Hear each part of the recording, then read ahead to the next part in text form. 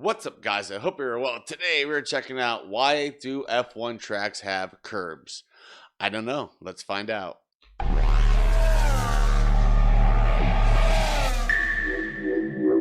Why do F1 tracks have curbs? I was sitting there one evening, popped on Twitter and asked all of you what you'd like to see next on the WTF1 YouTube channel.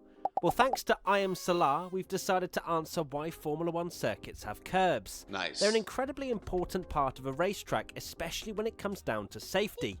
So how do we define a curb or curb? There's basically two different ways of spelling it, and I never know which one it is. I'm pretty sure it's K-E-R-B for me. Anyway, they are primarily there to slow down the best drivers in the world at the very fastest of corners.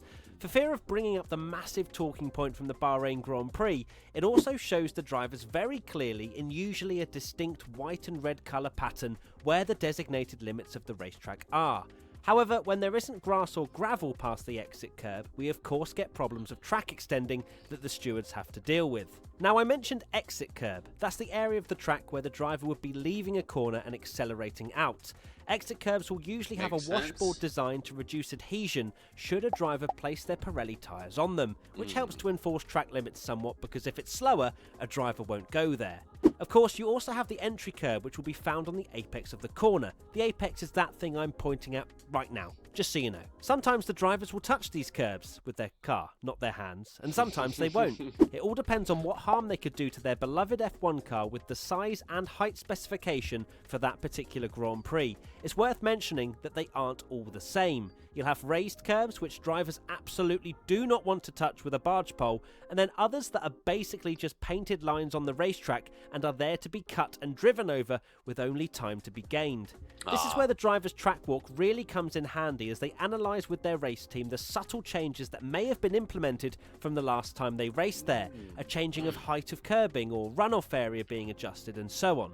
It can all help to get the driver up to speed quicker when they know exactly where they can push to the limits and gain time. Right, come on, why are we still having this conversation? You haven't subscribed to the WTF1 YouTube channel yet. The F1 season has begun. We're pumping out Formula 1 content. Please subscribe now. Love ya.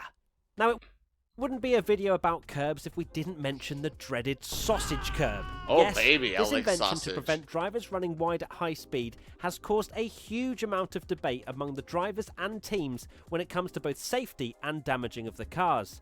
I did mention at the start of the video that curbs are primarily there for safety.